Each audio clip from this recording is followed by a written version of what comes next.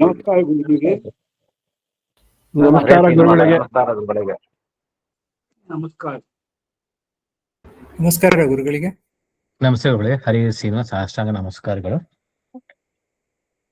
ಹರೇ ನಮ ಗುರುಗಳೇ. ನಮಸ್ಕಾರ. ನಮಸ್ಕಾರ ಗುರುಗಳೇ.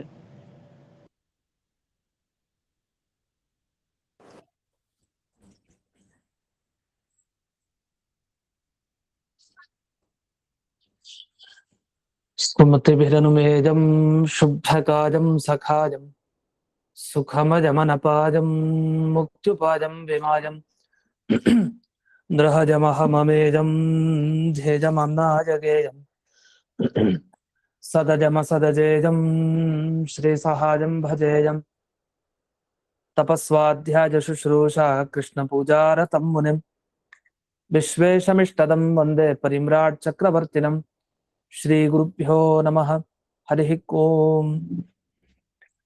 ಲಕ್ಷ್ಮೀಕಾಂತಂ ಭೂವರಾಹಂ ಭಜೇಹಂ ಬಾದರಾಯಣಂ ವಾದಿರಾಜಹೃದಂ ಭೋಜಮಂದಿರಂ ವಾಜಿಕಂಧರಂ ಭೀಮಸೇನಾನಂದತೀರ್ಥವಾನರೇಂದ್ರಾನಹಂ ಭಜೆ ವಾದಿರಾಜಗುರೂನ್ ವಂದೇ ವೇದವೇದ್ಯಗುರೂನ್ ಭಜೆ ಗುರೂನ್ ವೇದನಿಧೀನ್ ವಂದೇ ನಾರಸಿಂಹಗುರೂನ್ ಭಜೆ ವಂದೇ ನಾರಾಯಣಾಚಾರ್ಯಾನ್ ಕರ್ಣಾದಿಗಣಸೇವಿತಾನ್ ವಂದೇ ವೃಂದಾವನಾಚಾರ್ಯಾನ್ ಹಯಗ್ರೀವಮುನೀನ್ ಭಜೆ ಶೇಷಸೀತಾಪತಿವ್ಯಾಸಾನ್ ಪ್ರಣಮಾಮಿ ಗುರುಪ್ರಿಯಾನ್ ವೃಂದಾವನಾದ್ಯ ಸಂಪ್ರಾಪ್ತ ಜ್ಞಾನೇಶ್ವರ್ಯಾನಹಂ ಸದಾ ರಘುಪ್ರವೀರಾಖ್ಯ ಗುರೂನ್ ಭಜೆ ಜ್ಞಾನಾದಿಸಿದ್ಧಯೇ ಶ್ರೀಮದ್ವೃಂದಾವನಾಖ್ಯಾನಂ ವ್ಯಾಖ್ಯಾನೆ ಮಂದಧೀರಹಂ ಯದ್ಯಪ್ಯನಧಿಕಾರ್ಯಸ್ಮಿನ್ ತಥಾಪಿ ಗುರುವಾಕ್ಯತಃ ಮಯಾ ಯದಲ್ಪಂ ವಿಜ್ಞಾತಂ ತತ್ಸ್ಮೃತ್ಯರ್ಥಂ ನಿರೂಪ್ಯತೆ.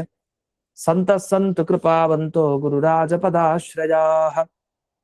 ಭಗವಾನ್ ಅವ್ಯವಹಿತ ಭಾವಿಕಲ್ಪಸಮೀರೋ ಲಾತವ್ಯಾಚಾರ್ಯಃ ಸುರವರ್ಯೈಃ ಸಂಪ್ರಾರ್ಥಿತಃ ಶ್ರೀನಾರಾಯಣೇನಾಜ್ಞಪ್ತಃ ಸನ್ ಭೂಮೌ ಅವತೀರ್ಯ ವಾದಿರಾಜನಾಮಾಯತಿ ಕುಲತಿಲಕೋ ಭೂತ್ವಾ ದುರ್ವಾದಿನೋ ವಿಜಿತ್ಯ ಯುಕ್ತಿಮಲ್ಲಿಕಾದೀನ್ ಗ್ರಂಥಾನ್ ವಿರಚಯ್ಯ ಸಜ್ಜನಾನಾಂ ಸಮ್ಯಕ್ ಜ್ಞಾನಮುತ್ಪಾದ್ಯ ಅತ್ಯಕ್ತದೇಹಃ ಸನ್ ವೃಂದಾವನಸ್ಥೋ ಭೂತ್ವಾ ಭಕ್ತಾನಾಂ ಇಷ್ಟಾನಿಷ್ಟ ಪ್ರಾಪ್ತಿ ಪರಿಹಾರ ಸಾಧನ ಅತ್ಯರ್ಥ ಪ್ರಸಾದ ಜನಕ ಅಪರೋಕ್ಷ ಜ್ಞಾನ ಜನಕ ಪರೋಕ್ಷ ನಿಶ್ಚಯೋತ್ಪಾದಕ ಉಪನಿಷದಾದಿ ಪ್ರತಿಪಾದ್ಯ ರುಜುಭಾವಂ ಸ್ವಸ್ಯ ಖ್ಯಾಪಯಿತುಂ ವೃಂದಾವನಾಖ್ಯಾನಂ ಕುರ್ವನ್ ಕಸ್ಯಚಿತ್ ತದಾನೀಂ ಅಕುಶಲ ದೇಶೀಯ ಬ್ರಾಹ್ಮಣ ಸ್ವಪ್ನೆ ವಿಶ್ವಾಸಯೋಗ್ಯಾನಾಂ ವಿಶ್ವಾಸಂ ಉತ್ಪಾದಯಿತುಮುಪದಿದೇಶ ವಿಲೀನ ಪ್ರಕೃತಿತಯಾ ಅಂತರಾಯ ವಿಧುರೋಪಿ ಆಚಾರ್ಯವತ್ ಶಿಷ್ಯಾನ್ ಗ್ರಾಹಯಿತುಂ ಗ್ರಂಥಾದೋ ಮಂಗಲಮಾಚರತಿ ಹಯಗ್ರೀವೇತ್ಯಾದಿನಾ. ಹಯಗ್ರೀವಂ ಚಿದಾನಂದ ವಿಗ್ರಹಂ ಸದನುಗ್ರಹಂ ದಶಗ್ರೀವಚ್ಛಿದಾತ್ ಮಣಿಗ್ರೀವ ವಿಮೋಚನಂ. ದಿವಸ ಶ್ರೀಮುಷ್ಣಾಚಾರ್ಯರು ತಿಳಿಸಿದಂತೆ ಯಾಕೆ ನಾವು ವಾದಿರಾಜ ಮುನಿಗಳನ್ನ ರುಜುಗಳು ಅಂತ ತಿಳಿಬೇಕು, ತಿಳ್ಕೊಳ್ಳೋಣ. ಅದು ಅವಶ್ಯವಾಗಿ ಬೇಕೇ ಬೇಕು ಅಂತಿಲ್ಲ. ಯಾಕಂದ್ರೆ ನಾವು ಯಾವುದೇ ಒಂದು ವಿಷಯದ ಬಗ್ಗೆ ತಿಳಿಬೇಕು ಅಂತ ಆದ್ರೆ ಪ್ರಯೋಜನ ಏನು ಅಂತ ಕೇಳ್ತಾ ಇರ್ತೀವಿ. ಇದು ಮಾಡಿದ್ರೆ ಏನ್ ಲಾಭ, ಈ ವ್ರತ ಮಾಡಿದ್ರೆ ಏನ್ ಫಲ, ಇಷ್ಟ ಪ್ರದಕ್ಷಿಣೆ ಹಾಕಿದ್ರೆ ಏನ್ ಫಲ, ಈ ಸ್ತೋತ್ರವನ್ನು ಹೇಳ್ಕೊಂಡ್ರೆ ಏನ್ ಫಲ. ಎಲ್ಲಾ ಕಡೆ ಸಾಮಾನ್ಯವಾಗಿ ಒಂದು ಫಲಶ್ರುತಿ ಅಂತ ಇಟ್ಟಿರ್ತಾರೆ ಕೊನೆಗೆ. ಅದ್ರ ರಾಯರ ಸ್ತೋತ್ರದಲ್ಲೂ ನೋಡ್ಬೋದು, ಸ್ತೋತ್ರಕ್ಕಿಂತ ಫಲಶ್ರುತಿನೇ ಜಾಸ್ತಿ ಇರುತ್ತೆ. ಈ ಫಲ ಸಿಗತ್ತೆ ನಿಮ್ಗೆ, ಹಾಗಾಗಿ ಈ ಸ್ತೋತ್ರವನ್ನ ಪಾರಾಯಣ ಮಾಡಿ ಅಂತ ಪ್ರತಿಯೊಂದು ಕಡೆ ಇದೆ. ಸಪ್ತವೃಂದಾವನಾಖ್ಯಾನದಲ್ಲೂ ಇದೆ. ಯಾಕೆ ನಾವು ಸಪ್ತವೃಂದಾವನಾಖ್ಯಾನವನ್ನು ಪಾರಾಯಣ ಮಾಡ್ಬೇಕು, ಅದಕ್ಕೂ ಒಂದು ಫಲ ಇದೆ ವಿಶಿಷ್ಟವಾಗಿ. ಅದು ಮೊದಲನೇ ದಿವಸ ನೋಡಿದ್ವಿ. ಅಕಾಲ ಮೃತ್ಯು ಇದೆ, ಅಕಾಲ ಮೃತ್ಯು ಪರಿಹಾರ ಆಗತ್ತಂತೆ ಪಂಚವೃಂದಾವನ ಮಹಿಮೆಯನ್ನ ಕೇಳಿದ್ರೆ ಅಂತ ಇದೆ. ಸರಿ, ಇಷ್ಟೆಲ್ಲ ಫಲ ಇದ್ರು ಮೋಕ್ಷ ನಮಗೆ ಮೇನ್ ಮುಖ್ಯ. ಆ ಮುಖ್ಯವಾದ ಫಲ ನಮ್ಗೆ ವಾದಿರಾಜರನ್ನ ರುಜುಗಳು ಅಂತ ತಿಳ್ಕೊಂಡ್ರೆ ಮಾತ್ರ ಸಿಗತ್ತೆ ಅಂತಿಲ್ಲ. ಯಾಕೆ ನಾವು ರುಜುಗಳು ಅಂತ ತಿಳಿಯೋದ್ರ ಫಲ ಏನು? ಅವರು ಶುದ್ಧರಾಗಿದ್ದಾರೆ, ಅವರಲ್ಲಿ ದೇವರ ಸನ್ನಿಧಾನ ಇದೆ. ಆ ವಾದಿರಾಜ ಗುರುಗಳ ಒಳಗಡೆ ಇರುವಂತಹ ದೇವರನ್ನು ನಾನು ಪ್ರಾರ್ಥನೆ ಮಾಡ್ತಾ ಇದ್ದೀನಿ ಅಂತ ನಮ್ಮ ಅನುಸಂಧಾನ ಇರ್ಬೇಕು. ಅದಿದ್ರೆ ನಮಗ್ ದೇವರ ಅನುಗ್ರಹ ಆಗತ್ತೆ ಅಂತ. ಮುಖ್ಯ ಅದೇ, ಗುರುಗಳನ್ನ ಧ್ಯಾನ ಮಾಡೋದು ಉದ್ದೇಶ ದೇವರ ಅನುಗ್ರಹ ಆಗ್ಲಿಕ್ಕೆ ಅಂತ. ಆ ದೇವರ ಅನುಗ್ರಹ ವಾಯುದೇವರ ಒಳಗಡೆ ಇರುವಂತಹ ದೇವರನ್ನು ಭಜಿಸಿದ್ರು ಸಾಕು, ವಾದಿರಾಜರ ಒಳಗಡೆ ಇರುವಂತಹ ದೇವರನ್ನೇ ಭಜಿಸ್ಬೇಕು ಅಂತ ಏನಿದೆ ಅಂತ ಹೀಗೆ ಆಕ್ಷೇಪ ಬಂದಿತ್ತು. ಇತಿ ಚೇತ್ ನ ಅಂತ ಅದನ್ನ ಇಲ್ಲ ಅಂತ ಅದನ್ನ ಖಂಡನೆ ಮಾಡ್ತಾರೆ. ಇದು ಸರಿ ಇಲ್ಲ ಅಂತ. ಇದು 12ನೇ ಪೇಜ್ ನಲ್ಲಿ ಇದೆ. ಒಂದು ಫೈಲ್ ಕಳಿಸಿದ್ದಾರೆ ಗ್ರೂಪ್ ನಲ್ಲಿ. ಅಲ್ಲಿ 12ನೇ ಪೇಜಿನ ವಿಷಯ ಮುಗೀತು. 13ನೇ ಪೇಜಿನ ವಿಷಯ ಹೇಳ್ತಾ ಇದ್ದೀನಿ. ಅದನ್ನ ಗಮನಿಸಿ. ಇಲ್ಲಿವರೆಗೆ ಪ್ರಶ್ನೆಗಳಾಯ್ತು. ಈಗ ಉತ್ತರ ಪ್ರಾರಂಭ ಆಗುತ್ತೆ. ಏನು ಉತ್ತರ ಅಂದ್ರೆ, ಛಾಂದೋಗ್ಯೋಪನಿಷತ್ ಭಾಷ್ಯದಲ್ಲಿ ಮಧ್ವಾಚಾರ್ಯ ಒಂದು ಮಾತು ಹೇಳ್ತಾರೆ. ರುಜು ದೇವತೆಗಳು ಅಂದ್ರೆ ಎಂಥವ್ರು? ಬ್ರಹ್ಮ ಪದವಿಗೆ ಬರುವಂಥವ್ರು ಅಂದ್ರೆ ಅವರ ಮಹಿಮೆನ್ ಮೊದಲು ಅರ್ಥ ಮಾಡ್ಕೊಳ್ಬೇಕು. ಆಮೇಲೆ ನಮಗೆ ವಾದಿರಾಜರು ರುಜುಗಳು ಅನ್ನೋ ಜ್ಞಾನ ಯಾಕೆ ಬೇಕು ಅಂತ ಅರ್ಥ ಆಗುತ್ತೆ. ಮೊದಲು ರುಜುಗಳ ಜ್ಞಾನ ಸರಿಯಾಗಿ ಬೇಕು. ರುಜುಗಳು ಅಂದ್ರೆ ಏನು? ಬ್ರಹ್ಮ ಪದವಿಗೆ ಬರ್ಲಿಕ್ಕೆ ಯೋಗ್ಯತೆಯನ್ನ ಪಡೆದ ಜೀವರು. ಅವ್ರು ಕೆಲವರೇ ಇರ್ತಾರೆ, 100 ಜನ ಇದ್ದಾರೆ, ಜಾಸ್ತಿ ಇರಲ್ಲ. ಒಂದೊಂದು ಪದವಿಗೆ ಬರ್ಲಿಕ್ಕೆ ಒಂದೊಂದು ಯೋಗ್ಯತೆ ಬೇಕು. ನಾವು ಈಗ ಇಂದ್ರದೇವರ ಪದವಿಗೆ ಹೋಗ್ಬಿಡ್ತೀವಿ ಅಂದ್ರೆ ಅದಾಗಲ್ಲ.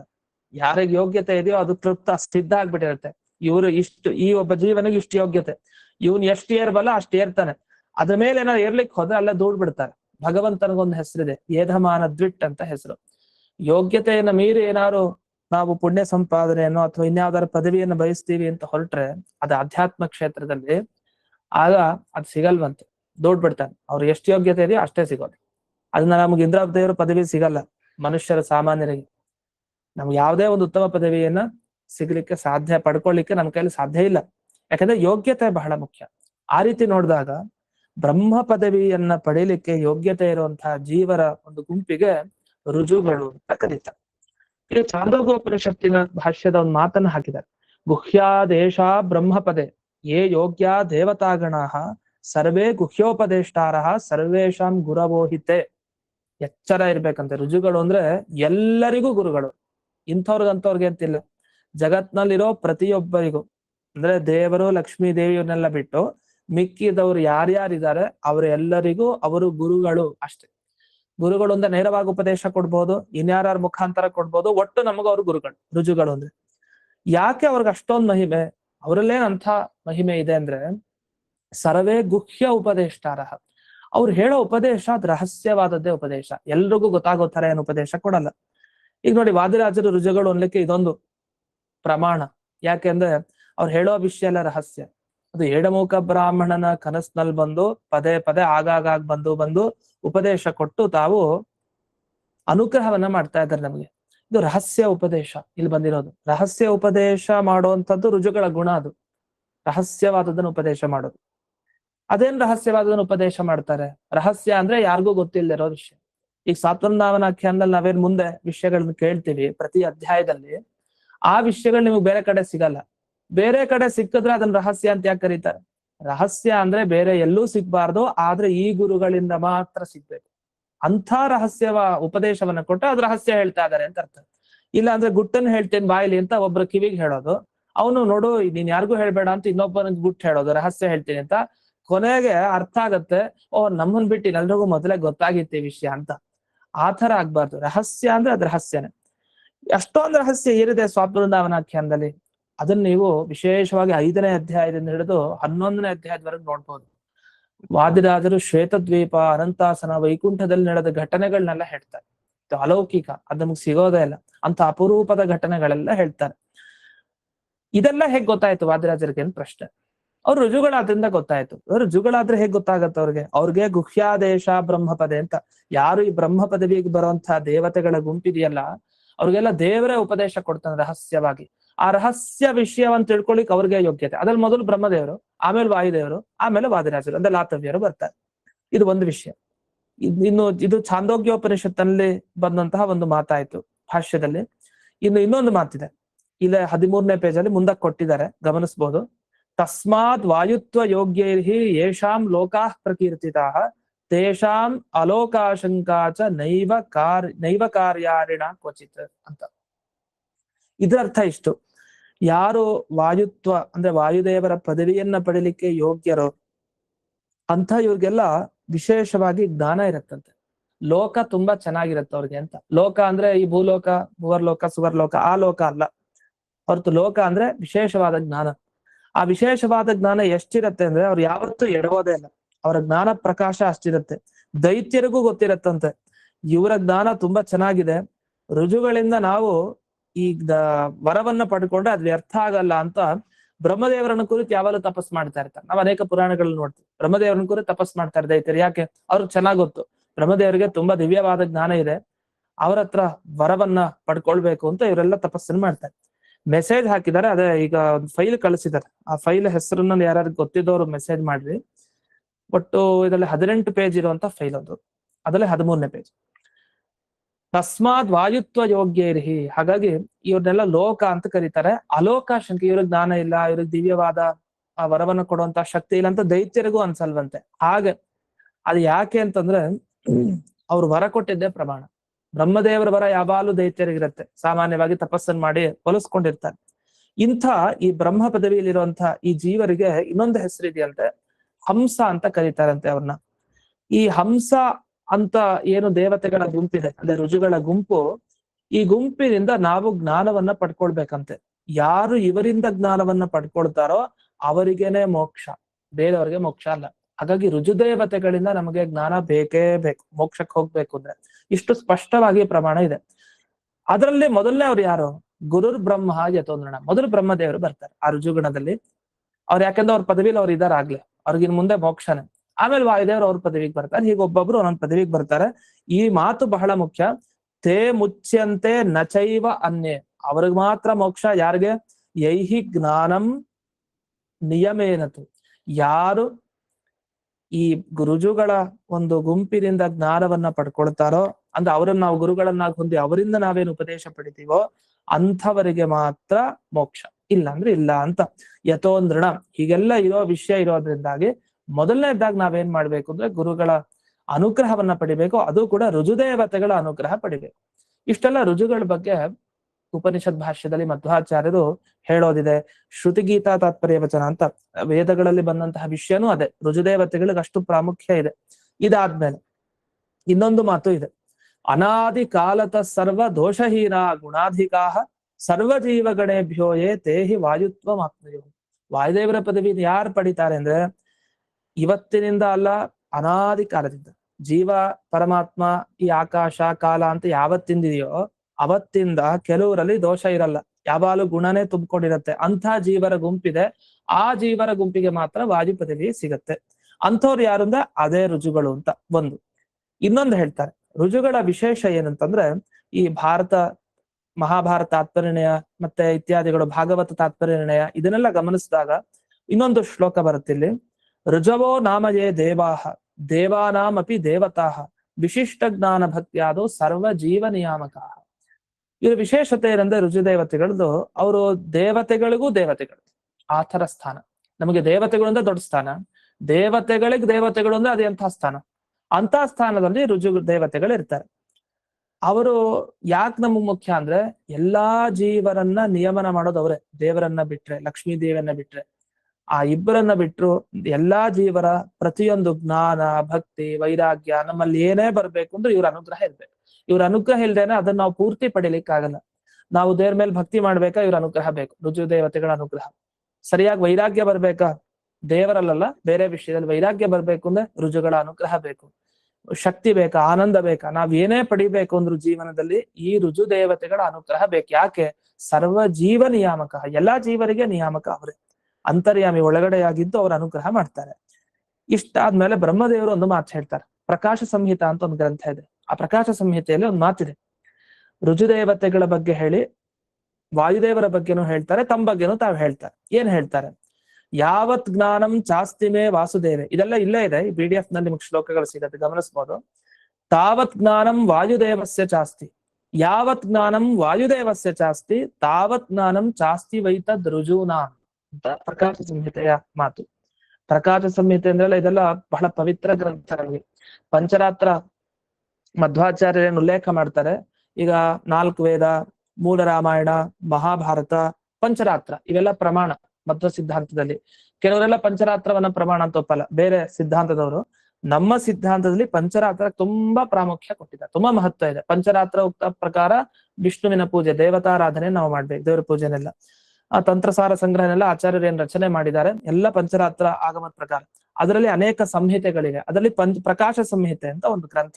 ಆ ಪ್ರಕಾಶ ಸಂಹಿತೆಯಲ್ಲಿ ಬ್ರಹ್ಮದೇವರು ಒಂದು ಮಾತು ಹೇಳಿದ್ದಾರೆ. ಏನ್ ಹೇಳಿದ್ದಾರೆ ಅಂದ್ರೆ, ನನಗೆ ದೇವರ ಬಗ್ಗೆ ವಾಸುದೇವನ ಬಗ್ಗೆ ಎಷ್ಟು ಜ್ಞಾನ ಇದೆಯೋ ಅಷ್ಟು ಜ್ಞಾನ ವಾಯುದೇವರಿಗಿದೆ. ವಾಯುದೇವರಿಗೆ ಎಷ್ಟು ಜ್ಞಾನ ಇದೆಯೋ ಅಷ್ಟು ಜ್ಞಾನ ಎಲ್ಲಾ ಋಜುಗಳಿಗಿದೆ ಅಂತ. ಒಟ್ಟೇನು ಹೇಳ್ದಂಗ ಆಯ್ತು ಅಂದ್ರೆ, ನಾನು ಅಂದ್ರೆ ಬ್ರಹ್ಮದೇವರು ಹೇಳ್ಕೊಳ್ಳೋದು, ನಾನು, ವಾಯು, ಹಾಗೆ ಎಲ್ಲ ಋಷಿಗಳು ಎಲ್ಲ ಸಮಾನ. ಯಾವ ವಿಷಯದಲ್ಲಿ? ದೇವರ ವಿಷಯದಲ್ಲಿ ಮುಗಿತಲ್ಲ. ದೇವರ ವಿಷಯದಲ್ಲಿ ಎಲ್ಲರಿಗೂ ಸಮಾನವಾದ ಜ್ಞಾನ ಅಂದ್ಮೇಲೆ ಎಲ್ರಿಗೂ ಅಂಥ ಶಕ್ತಿ, ಅಂಥ ಆನಂದ ಎಲ್ಲ ಸಮಾನನೇ. ಆದ್ರೆ ಪದವಿ ಮಾತ್ರ ವ್ಯತ್ಯಾಸ. ಬ್ರಹ್ಮದೇವರು ಈಗ ಪದವಿಲಿ ಕೂತಾಗ ಇನ್ನೊಬ್ರು ಬಂದು ಕೂತಿಲ್ಲ, ವಾಯುದೇವರಲ್ಲಿ ಹೋಗಿ ಅಷ್ಟೇ. ಬ್ರಹ್ಮದೇವರಿಗೆ ಇನ್ ಮುಂದಕ್ಕೆ ಹೋಗ್ತಾರೆ, ವಾಯುದೇವರಲ್ಲಿ ಬಂದು ಬ್ರಹ್ಮ ಪದವಿ ಕೂಡ್ತಾರೆ. ಹೀಗೆ ಈ ಪದವಿ ನಿಮಿತ್ತ ಅಷ್ಟು ಬಿಟ್ರೆ ಇನ್ ಮಿಕ್ಕಿದ್ದೆಲ್ಲ ಸಮಾನ ಅಂತ ಸ್ಪಷ್ಟ ಬ್ರಹ್ಮದೇವರೇ ದೇವರ ವಿಷಯದಲ್ಲಿ ಒಂದು ನಾವು ವಿಷಯವನ್ನು ಹೇಳಿ ಮಂಡನೆ ಮಾಡಿದ್ದಾರೆ. ಇದೊಂದು. ಇಷ್ಟಾದ ಮೇಲೆ ಸರಿ, ಇದೆಲ್ಲ ಆಯ್ತು, ಋಜುಗಳ ಮಹಿಮೆ ಅರ್ಥ ಆಯ್ತು, ಋಜುಗಳ ಜ್ಞಾನ ಬೇಕು ಅಂತ ಅರ್ಥ ಆಯ್ತು, ಅವರ ಅನುಗ್ರಹ ಇಲ್ಲದೇನೆ ನಮಗೆ ನಾವು ಮೋಕ್ಷಕ್ಕೆ ಹೋಗ್ಲಿಕ್ಕೆ ಆಗಲ್ಲ, ಅದು ಸರಿ, ಎಲ್ಲಾ ಸರಿ. ಅದು ನಮ್ದು ಒಂದ್ ಪ್ರಶ್ನೆ ಇತ್ತು, ಉಳ್ಕೊಂಡಿತ್ತು. ಅದಕ್ಕೆ ಇನ್ನೂ ಉತ್ತರ ಬರ್ಲಿಲ್ಲ. ಏನ್ ಉತ್ತರ ಬರ್ಲಿಲ್ಲ? ಯಾವ ಪ್ರಶ್ನೆಗೆ ಅಂದ್ರೆ, ಅವ್ರು ಕೊನೆ ಕೇಳುದು, ಈಗ ದೇವರನ್ನ ನಾವು ಪೂಜೆ ಮಾಡ್ಬೇಕು, ದೇವ್ರ ಪೂಜೆ ಮಾಡ್ಬೇಕು, ಪ್ರತಿಮೆ ಬೇಕು. ಅದಕ್ಕೆ ಯಾವ ಗುರುಗಳಲ್ಲಿ ದೇವರನ್ನ ಆರಾಧನೆ ಮಾಡ್ಬೇಕು? ಯಾರಲ್ಲಿ ಕಲಿ ಆವೇಶಕ್ಕೆ ಅವಕಾಶ ಇಲ್ವೋ, ಕಲಿ ಮುಂತಾದ ದೈತ್ಯರು ಎಲ್ಲಿ ಬರ್ಲಿಕ್ಕೆ ಅವಕಾಶ ಇಲ್ವೋ ಅಂಥ ಜಾಗದಲ್ಲಿ ದೇವ್ರ ಪೂಜೆ ಮಾಡಿದ್ರೆ ದೇವರ ಅನುಗ್ರಹ ನಮ್ಗಾಗತ್ತೆ. ಇಲ್ಲ ದೇವರೇ ಬರಲ್ಲ ಮೊದಲಲ್ಲಿ, ಯಾಕೆ ದೈತ್ಯರೇ ಇರ್ತಾರೆ ಎಲ್ಲ ಕಡೆ. ಆ ದೈತ್ಯರನ್ನ ಓಡಿಸ್ಬೇಕು. ಅವ್ರನ್ನ ಬಂದು ಕೂಡಿಸಿದ್ರೆ ದೈತ್ಯರೆಲ್ಲ ಓಡ್ ಹೋಗ್ಬೇಕು. ಯಾರಂಥವ್ರು? ಅಂಥವ್ರು ಮುಖ್ಯ ಪ್ರಾಣದೇವರು. ಮುಖ್ಯ ಪ್ರಾಣ ದೇವರನ್ನ ತಂದು ಕೂಡಿಸಿದ್ರೆ, ಅಂದ್ರೆ ಮುಖ್ಯ ಪ್ರಾಣ ದೇವರು ಮೊದಲು ಆರಾಧನೆ ಮಾಡಿ ಆಮೇಲೆ ಮುಖ್ಯ ಪ್ರಾಣ ದೇವರೇ ನಿಮ್ಮಲ್ಲಿ ನಾನು ದೇವರ ಆರಾಧನೆ ಮಾಡ್ತೀನಿ ಅಂತಾದ್ರೆ ಖಂಡಿತ ದೇವರು ಬರ್ತಾನೆ, ನಮ್ಗೆ ಅನುಗ್ರಹ ಆಗತ್ತೆ. ಯಾವುದೇ ದೈತ್ಯರ ಹಾವಳಿ ಆಗಲ್ಲ. ಸಾಕಲ್ವ ಮುಖ್ಯ ಪ್ರಾಣ ದೇವರು? ಯಾಕೆ ವಾದಿರಾಜರನ್ನ ಹೇಳ್ಕೊಳ್ತಾ ಇದ್ದೀರಿ ಅಂತ ಒಂದು ಪ್ರಶ್ನೆ. ಅದಕ್ಕೆ ಈ ವಾಕ್ಯಗಳು ಇಷ್ಟೊಂದು ಹೇಳದ್ನಲ್ಲ ಇಲ್ಲಿವರೆಗೂ, ಇದರಲ್ಲಿ ಏನು ಹೇಳಿದ್ದಾರೆ? ಋಜುಗಳ ಅನುಗ್ರಹ ಮುಖ್ಯ, ಎಲ್ಲರಿಗೂ ಬ್ರಹ್ಮದೇವರ ಗುರುಗಳು, ಅಲ್ಲಿ ಬ್ರಹ್ಮದೇವರ ಗುರುಗಳಿಂದ ಬ್ರಹ್ಮದೇವರ ಉಪದೇಶ ಪಡ್ಕೊಳ್ಳಿ ಅಂತ ಮಾತು ಬಂದಿದೆ. ಹಾಗಾದ್ರೆ ವಾಯುದೇವರ ಉಪದೇಶ ಬೇಡವಾ ನಮ್ಗೆ? ವಾಯುದೇವರ ಉಪದೇಶ ಮುಖ್ಯ ನಮಗೆ. ಯಾಕೆ ತಗೊಳ್ತೀರಿ? ಎಲ್ಲಾ ಋಜುಗಳ ಜ್ಞಾನ ಅದು ಮುಖ್ಯನೇ. ಎಲ್ಲ ಈ ಶ್ಲೋಕಗಳಲ್ಲಿ ಋಜುಗಳ ಅನುಗ್ರಹ ಮುಖ್ಯ, ಋಜುಗಳು ಎಲ್ಲರಿಗೂ ಗುರುಗಳು, ಇಷ್ಟೆಲ್ಲ ಹೇಳಿದ್ದಾರೆ. ಸರಿ, ಹೇಳಿದಾರಾಯ್ತು. ಆದ್ರೆ ಈ ಎಲ್ಲ ಋಜುಗಳ ಜ್ಞಾನವನ್ನ ಪಡ್ಕೊಳ್ಬೇಕು ಅಂದ್ರೆ ಹೇಗ್ ಸಾಧ್ಯ? ಯಾಕೆಂದ್ರೆ ಒಬ್ರೋ ಇಬ್ರೋ ಅಲ್ಲ, 100 ಜನ ಋಜುಗಳ ಜ್ಞಾನವನ್ನ ಪಡಿಬೇಕು ಅಂದ್ರೆ ಇದು ಸಾಧ್ಯನ? ಬೇಡ, ವಾಯು ಪದವಿಗೆ ಬರುವಂತಹ ಋಜುಗಳು ಯಾರ್ಯಾರಿದ್ದಾರೆ ಅವರ ಜ್ಞಾನವನ್ನಂತೂ ಪಡಿಬೇಕು. ಎಷ್ಟು ಜನ ಇದ್ದಾರೆ? ವಾದಿರಾಜರಿಂದ ಆರಂಭಿಸಿ, ಲಾತವ್ಯರಿಂದ ಆರಂಭಿಸಿ ಸುಮಾರು ಜನ ಇದ್ದಾರೆ ಮುಂದಕ್ಕೆ. ಅಷ್ಟು ಜನರ ಅನುಗ್ರಹ ಆಗಬೇಕು ಅಂದ್ರೆ ಅವರ ಅಷ್ಟು ಸ್ವರೂಪ ಜ್ಞಾನ ಆಗ್ಬೇಕು. ಇದು ಸಾಧ್ಯನಾ ಅಂತ ಒಂದು ಪ್ರಶ್ನೆ ಮಾಡಿಕೊಂಡು ಇಲ್ಲಿ ಮಾತನ್ನ ಹೇಳಿದ್ದಾರೆ. ವಾಯುತ್ವ ಯೋಗ್ಯಾನ ಋಜುತ್ವ ಜ್ಞಾನಸ್ಯ ಅವಶ್ಯಕತ್ವ ಸಿದ್ಧೇ. ನಿಜ, ಋಜುಗಳ ಜ್ಞಾನ ಬೇಕು, ವಾಯು ಪದವಿಗೆ ಬರುವಂತವ್ರ ಜ್ಞಾನ ಬೇಕು. ಆದ್ರೆ ಒಂದೇ ಒಂದು ದೋಷ. ಏನ್ ದೋಷ? ನಚ ಅನವಸ್ಥಾ ದೋಷ. ಇದು ಏನೋ ಎಂಡೆ ಆಗಲ್ವಲ್ಲ ಇದು ಅಂತ. ಯಾವತ್ ನಾವು ತಿಳ್ಕೊಂಡು ಪೂರ್ತಿಯಾಗಿ ಸಾಧನೆ ಮಾಡಿ ಮೋಕ್ಷಕ್ಕೆ ಹೋಗೋದು? ವಾಯುದೇವರು ಒಬ್ಬರನ್ನ ತಿಳ್ಕೊಂಡ್ರೆ ಸಾಕು ನಮ್ಗೆ. ಅವ್ರ ಸ್ವರೂಪ ಅವ್ರು ಹೇಳಿದ್ದಾರೆ ಸಾಕು. ಇಲ್ಲ ವಾದಿರಾಜರು ಅವ್ರ ಸ್ವರೂಪ ಹೇಳಿದ್ದಾರೆ, ಇಲ್ಲ ಮುಂದೆ ಗವ್ಯರು ಒಂದ್ ಸ್ವರೂಪ ಹೇಳ್ತಾರೆ, ಅವ್ರು ಇನ್ನೊಬ್ರು ಇನ್ನೊಂದು ಗ್ರಂಥ ಹೇಳ್ತಾರೆ. ಈ ತರನೇ ನಾವು ಕೇಳ್ತಾ ಹೋದ್ರೆ ಯಾವಾಗ ಅನ್ನೋ ಪ್ರಶ್ನೆ ಒಂದು ಉಳಿಯುತ್ತೆ. ಅದಕ್ಕೆ ಇಲ್ಲಿ ಶ್ರೀಮುಷ್ಣಾಚಾರ್ಯರು ಏನ್ ಪರಿಹಾರ ಕೊಡ್ತಾರೆ ಅಂದ್ರೆ, ಕಪಿಂಜಲಾಧಿಕರಣ ನ್ಯಾಯೇನ ತತ್ಪರಿಹಾರ ಸಂಭವ ಅಂತ ಒಂದು ಮಾತು ಹೇಳ್ತಾರೆ. ಕಪಿಂಜಲಾಧಿಕರಣದಿಂದಾಗಿ ಅಲ್ಲಿ ಬಂದ ಒಂದು ನ್ಯಾಯ ಇದೆ, ಅದನ್ನ ಇಟ್ಕೊಂಡು ಪರಿಹಾರ ಮಾಡ್ಕೊಳ್ಳಿ ಅಂತ. ನಮ್ಗೆ ಈ ಶಬ್ದ ಎಲ್ಲ ಹೊಸದಾಗಿ ಪರಿಚಯ ಇರುತ್ತೆ. ಈ ಕಪಿಂಜಲ ಅಧಿಕರಣ ಏನಿದಕ್ಕೆ ಅರ್ಥ, ಅದ್ರಲ್ಲಿ ಬಂದಿರೋ ನ್ಯಾಯ ಅಂದ್ರೇನು, ಇದೆಲ್ಲ ಹೊಸದಾಗಿರುತ್ತೆ ಪರಿಚಯ. ಇದನ್ನೆಲ್ಲ ಏನಂದ್ರೆ ಸುಧಾದಲ್ಲಿ ನ್ಯಾಯಗಳನ್ನ ಸುಮಾರು ಕಡೆ ಬಳಸ್ತಾರೆ, ಬೇರೆ ಬೇರೆ ಶಾಸ್ತ್ರ ಗ್ರಂಥಗಳಲ್ಲೂ ಕೂಡ. ನ್ಯಾಯ ಅಂದ್ರೆ ನಿಮ್ಗೆ ಈ ಕನಕದಾಸರ ಪ್ರಸಂಗದಲ್ಲಿ ಒಂದು ಬರುತ್ತೆ. ನ್ಯಾಯ ಅಂದ್ರೆ ಮರ್ಕಟ ಕಿಶೋರ ನ್ಯಾಯ, ಮಾರ್ಜಾರ ಕಿಶೋರ ನ್ಯಾಯ ಅಂತ ಬರುತ್ತೆ. ಈ ತರ ನ್ಯಾಯಗಳು ಅಂದ್ರೆ ಶಾಸ್ತ್ರದ ನ್ಯಾಯಗಳು. ಒಂದು ಬೆಕ್ಕಿನ ಮರಿ ಬೆಕ್ಕೇನ್ ಮಾಡುತ್ತೆ, ಬೆಕ್ಕಿನ ಮರಿನ ಹೇಗೆ ಇಟ್ಕೊಂಡಿರತ್ತೆ? ತನ್ನ ಬಾಯಿಂದ ಕಚ್ಕೊಂಡಿರತ್ತೆ, ಅದನ್ನ ತಾನು ಬಿಡಲ್ಲ, ತಾಯಿ ಮಗುವನ್ನ ಬಿಡಲ್ಲ. ಆದ್ರೆ ಕೋತಿ ಮರಿ ಕೋತಿಯನ್ನ ಗಟ್ಟಿಯಾಗಿ ಹಿಡ್ಕೊಂಡಿರತ್ತೆ. ಆ ತಾಯಿ ಎಲ್ ಬೇಕಾದ್ರೆ ಹಾರ್ಲಿ, ಮರಿ ಚೆನ್ನಾಗಿ ಹಿಡ್ಕೊಂಡಿರತ್ತೆ. ದೇವರನ್ನ ಹಾಗೆ ನಾವು ಹಿಡ್ಕೊಳ್ಬೇಕು ಅಂತ ಉದಾಹರಣೆ ಕೊಡ್ಲಿಕ್ಕೆ 2 ನ್ಯಾಯ ಹೇಳ್ತಾರೆ, ಶಾಸ್ತ್ರದ ನಿಯಮಗಳನ್ನು ಹೇಳ್ತಾರೆ. ಒಂದಾ ನೀವು ಕೋತಿ ಮರಿ ತರ ಇರಿ, ಒಂದಾ ನೀವು ಬೆಕ್ಕಿನ ಮರಿ ತರ ಇರಿ. ಯಾವ್ದು ಶ್ರೇಷ್ಠ ಯೋಚನೆ ಮಾಡಿ. ನೀವು ದೇವರನ್ನ ಹಿಡ್ಕೊಳ್ಳೋದು, ದೇವ್ರು ನಿಮ್ಮನ್ನು ಹಿಡ್ಕೊಳ್ಳೋದು? ಸರ್ವಥಾ ನಮ್ಮನ್ನ ನಾವು ಒಪ್ಪಿಸ್ಕೊಳ್ಳೋದು ವಾಸಿ, ದೇವರೇ ನಮ್ಮನ್ನು ಹಿಡ್ಕೊಳ್ಬೇಕು ಅಂತ. ಈ ತರ ಒಂದು ನ್ಯಾಯಗಳಿದೆ. ಈ ತರನೇ ಅನೇಕ ನ್ಯಾಯ ಇದೆ. ಭಿಕ್ಷುಪಾದ ಪ್ರಸಾರಣ ನ್ಯಾಯ ಅಂತ ಒಂದು ಶಾಸ್ತ್ರದಲ್ಲಿದೆ. ಈ ಭಿಕ್ಷುಗರು ಅಂದ್ರೆ ಸನ್ಯಾಸಿಗಳು ಹಿಂದಿನ ಕಾಲದಲ್ಲಿ ಮನೆಗಳಿಗೆ ಭಿಕ್ಷೆ ಹಾಕಿನ್ ಬರೋರಲ್ಲ, ಅವ್ರಿಗೆ ಜಾಗ ಕೊಡ್ಬಾರ್ದಂತೆ. ಈ ವರಾಂಡ ಎಲ್ಲ ಇರತ್ತಲ್ಲ, ಸ್ವಲ್ಪ ಜಾಗ ಒಂದ್ ದಿವಸ ಕೊಟ್ರೆ ಇಡೀ ಮನೆನೇ ವ್ಯಾಪಿಸ್ಕೊಂಡ್ಬಿಡ್ತಾರೆ, ನಾಳೆ ದಿವಸ ಅವ್ರಿಗೆ ಕೊಡ್ಬಾರ್ದು ಅಂತ ಒಂದು ತಮಾಷೆಗೆ ಒಂದು ಮಾತಿದೆ. ಈ ತರ ಅನೇಕ ನ್ಯಾಯಗಳಿದೆ. ಅದರಲ್ಲಿ ಕಪಿಂಜಲಾಧಿಕರಣ ನ್ಯಾಯ ಅಂತ ಒಂದು ನ್ಯಾಯ. ಈ ತರ ಅನೇಕ ಸರಿ ಈ ಶಾಸ್ತ್ರದಲ್ಲಿ ಒಂದು ವಿಷಯವನ್ನ ಅರ್ಥ ಮಾಡಿಸ್ಲಿಕ್ಕೆ ಕೆಲವು ಉದಾಹರಣೆಗಳನ್ನ ಕೊಟ್ಟು ನೋಡಿ ಆ ತರ ಇಲ್ಲಿ ಅರ್ಥ ಮಾಡ್ಕೊಳ್ಬೇಕು ಅಂತ ಒಂದು ಉದಾಹರಣೆ ಕೊಡ್ತಾ ಇರ್ತಾರೆ. ಕಪಿಂಜಲ ಅಧಿಕರಣ ನ್ಯಾಯ ಎಲ್ಲಿ ಬರುತ್ತೆ? ಇದು ಅಧಿಕರಣ ಯಾವ ಅಧಿಕರಣ? ಬ್ರಹ್ಮಸೂತ್ರದಲ್ಲಿ ಬರೋ ವಿಷಯ ಅಲ್ಲ ಇದು. ಬ್ರಹ್ಮಸೂತ್ರದಲ್ಲಿ ಅಧಿಕರಣ ಅಂತ ಕೇಳ್ತೀವಿ, ಜಿಜ್ಞಾಸಾಧಿಕರಣ, ಜನ್ಮಾಧಿಕರಣ, ಶಾಸ್ತ್ರಯೋನಿತ್ವಾಧಿಕರಣ ಅಂತೆಲ್ಲ. ಅಂದ್ರೆ ಓಂ ಓಂ ಅಥಾತೋ ಬ್ರಹ್ಮ ಜಿಜ್ಞಾಸ ಓಂ ಒಂದ್ ಬ್ರಹ್ಮಸೂತ್ರ, ಅದ್ರಲ್ಲಿ ಬ್ರಹ್ಮ ಜಿಜ್ಞಾಸ ಅಂತ ಸೂತ್ರದಲ್ಲಿದೆ, ಜಿಜ್ಞಾಸಾಧಿಕರಣ ಹೆಸರು. ಜನ್ಮಾದ್ಯಸೇತಃ ಜನ್ಮ ಅಧಿಕರಣ ಹೆಸರು. ಒಂದೊಂದು ಚಾಪ್ಟರ್ ಒಂದೊಂದು ಅಧಿಕರಣ. ಈ ತರ 222 ಅಧಿಕರಣ. ಸ್ವಾತ್ಮವೃಂದಾವನಾಖ್ಯಾನದಲ್ಲಿ 222 ಪ್ರಕರಣ ಇದೆ. ಪ್ರಕರಣ ಅಂತ ಹೇಳ್ತಾರೆ, ಒಂದೊಂದು ವಿಭಾಗ, ಅಲ್ಲಿ ಒಂದೊಂದು ವಿಷಯದ ಬಗ್ಗೆ ಹೇಳ್ತಾರೆ, ಆಮೇಲೆ ಮುಂದಿನ ವಿಷಯ ಬೇರೆನೇ ಇರುತ್ತೆ. ಈ ತರ ಕಪಿಂಜಲ ಅಧಿಕರಣ ಎಲ್ಲಿ ಬಂದಿದೆ? ಬ್ರಹ್ಮಸೂತ್ರದಲ್ಲಿ ಅಧಿಕರಣ ಸಿಗಲ್ಲ. ಎಲ್ಲಿ ಸಿಗೋದು?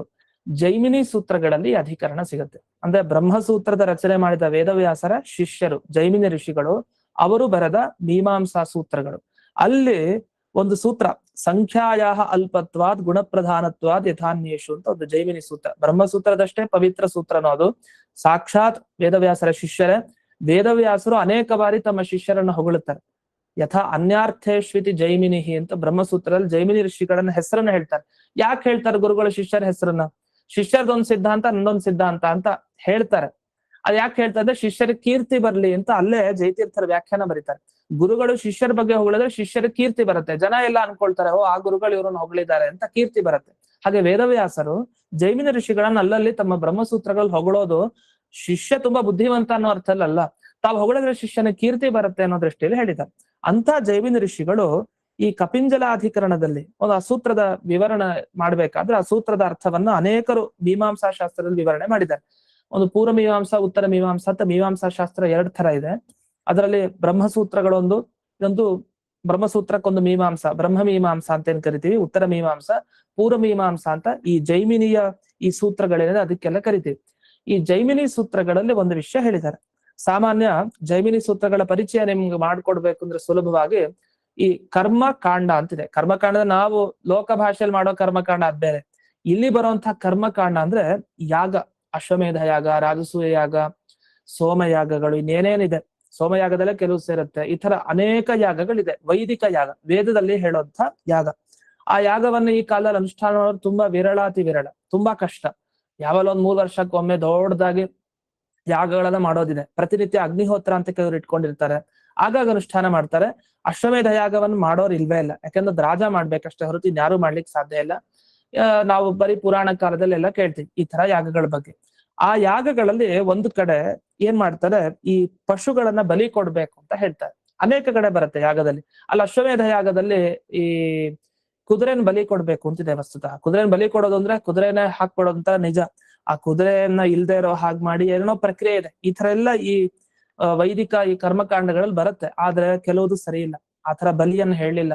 ಏನ್ ಮಾಡಿದ್ದಾರೆ, ಅದು ಈ ದೇವತೆಗಳ ನೈವೇದ್ಯ ಇಡ್ತೀವಲ್ಲ, ಮತ್ತೆ ದೇವರಿಗೆ ನೈವೇದ್ಯ ಇಡ್ತೀವಲ್ಲ, ಆ ತರ ಈ ಪಶು, ಈ ಪ್ರಾಣಿ ಇಂಥ ದೇವತೆಗೆ, ಅದು ಇಂದ್ರ ದೇವರಿಗೋ ವರುಣ ದೇವರಿಗೋ ಅರ್ಪಣೆ ಆಗ್ಲಿ ಅಂತ ಅದ್ರ ಮೇಲೆ ಪ್ರೋಕ್ಷಣೆ ಮಾಡಿ ಅರ್ಪಣೆ ಮಾಡ್ಬಿಡೋದು. ಆಮೇಲೆ ಅದನ್ನ ಕಟ್ಟಾಕಿರ್ತೀವಲ್ಲ, ಅದನ್ನ ಕಟ್ಟನ್ ಬಿಚ್ತೀವಿ, ಅದನ್ನ ಹೊರಟೋಗ್ಬಿಡತ್ತೆ ಆ ಪ್ರಾಣಿ. ಈ ತರ ಇದೆ. ಇದನ್ನ ಉತ್ಸರ್ಜನ ಅಂತ ಹೇಳ್ತಾರೆ. ಅಂದ್ರೆ ಕಟ್ ಹಾಕದ್ಮೇಲೆ ಅದನ್ನ ಉತ್ಸರ್ಜನ ಬಿಟ್ಬಿಡ್ಬೇಕು, ಅದು ತನ್ಪಾಡಕ್ ಕಾಡಿಗೆ ಹೊರಟೋಗತ್ತೆ. ಅದನ್ನ ಮುಟ್ಟೋ ಹಾಗಿಲ್ಲ. ಆ ದೇವತೆಗೆ ಸಮರ್ಪಣೆ ಮಾಡಾಯ್ತು, ಆ ದೇವತೆಗೆ ಅದ್ ಸೇರತ್ತಷ್ಟೇ. ಇನ್ನು ಅದರಿಂದ ನಾವು ಬಳಸ್ಕೊಳ್ಳೋ ಹಾಗಿಲ್ಲ, ಉಪಯೋಗ ಇಲ್ಲ, ಅದನ್ನ ಕಾಡಿಗೆ ಬಿಟ್ಬಿಡ್ಬೇಕು. ಈ ತರ ಇದೆ. ಹಾಗೆ ಇಲ್ಲಿ ಒಂದು ಪಕ್ಷಿಯ ಬಗ್ಗೆ ಇದೆ. ಕಪಿಂಜಲ ಅಂದ್ರೆ ಒಂದು ಪಕ್ಷಿಯ ಹೆಸರು, ಕಪಿಂಜಲ ಅಂತ. ಈ ಪಕ್ಷಿಯ ಬಗ್ಗೆ ಒಂದು ವಿಚಾರ ಮಾಡಿದ್ದಾರೆ. ಕಪಿಂಜಲಾನ್ ಆಲಭೇತ.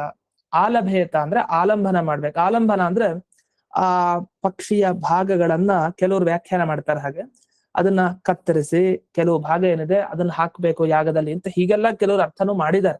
ವಸ್ತುತಃ ಹಾಗಿಲ್ಲ. ವ್ಯಾಖ್ಯಾನ ಏನ್ ಮಾಡ್ತಾರೆ ಅಂದ್ರೆ, ಈ ಆಗ್ಲೇ ತಿಳಿಸಿದಂತೆ ಆ ಪಕ್ಷಿಯನ್ನ ಒಂದು ಸ್ವಲ್ಪ ಹೊತ್ತು ಕಾಲ ಅಲ್ಲಿರೋ ತರ ಮಾಡಿ ಆ ಯಾಗದಲ್ಲಿ, ಆಮೇಲೆ ಅದನ್ನ ಬಿಟ್ಬಿಡ್ಬೇಕು, ಆ ದೇವತೆಗೆ ಒಂದ್ ದೇವತೆಗೆ ಅರ್ಪಣೆ ಮಾಡಿ ಅಂತ.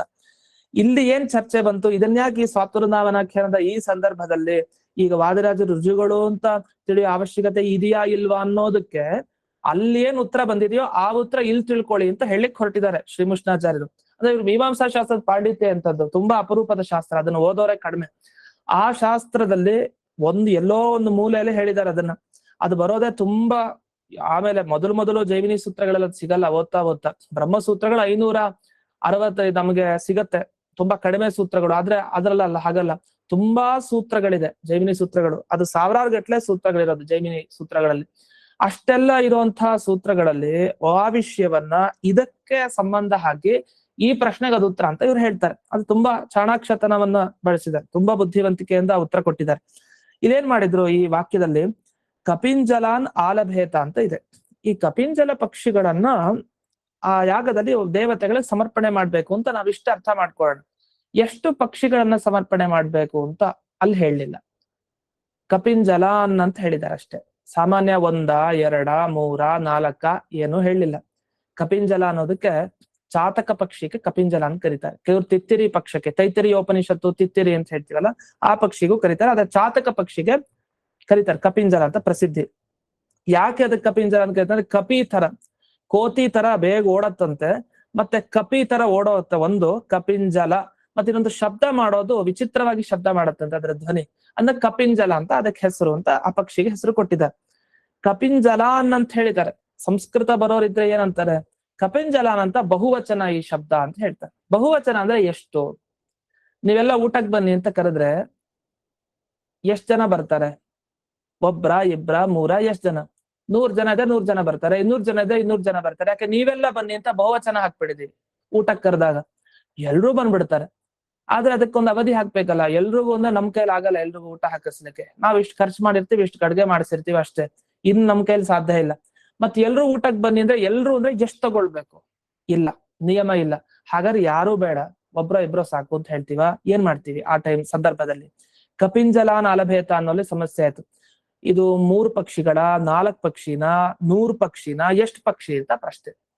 ಅದಕ್ಕೆ ಅಲ್ಲಿ ಪ್ರಶ್ನೆ ಮಾಡ್ಕೊಂಡು ಉತ್ತರ ಕೊಡ್ಕೊಂಡು ಹೋಗ್ತಾರೆ. ಕೊನೆಗಲ್ಲಿ ಏನು ಉತ್ತರ ಕೊಡ್ತಾರೆ, ಅದನ್ನ ಎಲ್ಲೆಲ್ಲಿ ಬಳಸ್ಕೊಂಡಿದ್ದಾರೆ, ಆ ವಿಷಯ ತುಂಬಾ ಮುಖ್ಯ. ಅದನ್ನ ನಾವು ಸರಿಯಾಗಿ ಅರ್ಥ ಮಾಡ್ಕೊಂಡ್ರೆ, ಕೊನೆಗೆ ಇಲ್ಲಿ ಲಿಂಕ್ ಇದೆ. ಇಲ್ಲಿ 100 ರುಜುಗಳು ಅಂತಿದೆ, ಅಲ್ಲಿ ಎಷ್ಟು ಪಕ್ಷಿಗಳು ಅಂತ ಒಂದು ಪ್ರಶ್ನೆ ಬಂದಿದೆ, ಅಲ್ಲೊಂದು ಉತ್ತರ ಕೊಡ್ತಾರೆ.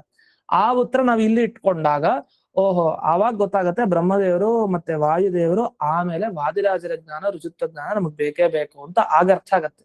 ಅದ್ ಹೇಗೆ ಲಿಂಕ್ ಇದೆ, ಆ ಕಪಿಂಜಲಾಧಿಕರಣದ ಇನ್ನೂ ವಿಚಾರ ತುಂಬಾ ಇದೆ. ಅದೇನ್ ವಿಚಾರ ಅನ್ನೋದನ್ನ ನಾಳೆ ದಿವಸ ನೋಡೋಣ ಅಂತ ಹೇಳ್ತಾ ಇಂದಿನ ಪಾಠವನ್ನ ಸ್ಮರಣ ಗುರುವಂತರ್ಗತ ವ್ಯಾಸತೀರ್ಥ ಗುರುವಂತರ್ಗತ ಭಾರತೀಯ ರಮಣ ಮುಖ್ಯ ಪ್ರಾಣಾಂತರ್ಗತ ಶ್ರೀಮನ್ಮೂಲ ಗೋಪಾಲಕೃಷ್ಣನಿಗೆ ಅರ್ಪಣೆಯನ್ನು ಮಾಡ್ತೇನೆ. ನಮಸ್ಕಾರ ಆಚಾರ್ಯ. ನಮಸ್ಕಾರ ಗುರುಗಳೇ. ಪೇಜ್ 7ನೇದಲ್ವಾ ಇದು ಇವತ್ತಿನ ಮಾಡಿದ್ದು ಪಾಠ? ಪೇಜ್ 7ನೇ ನಂಬರ್ ಪೇಜ್ ಅಲ್ಲಿ ಬಂದಿದೆ ಇದು.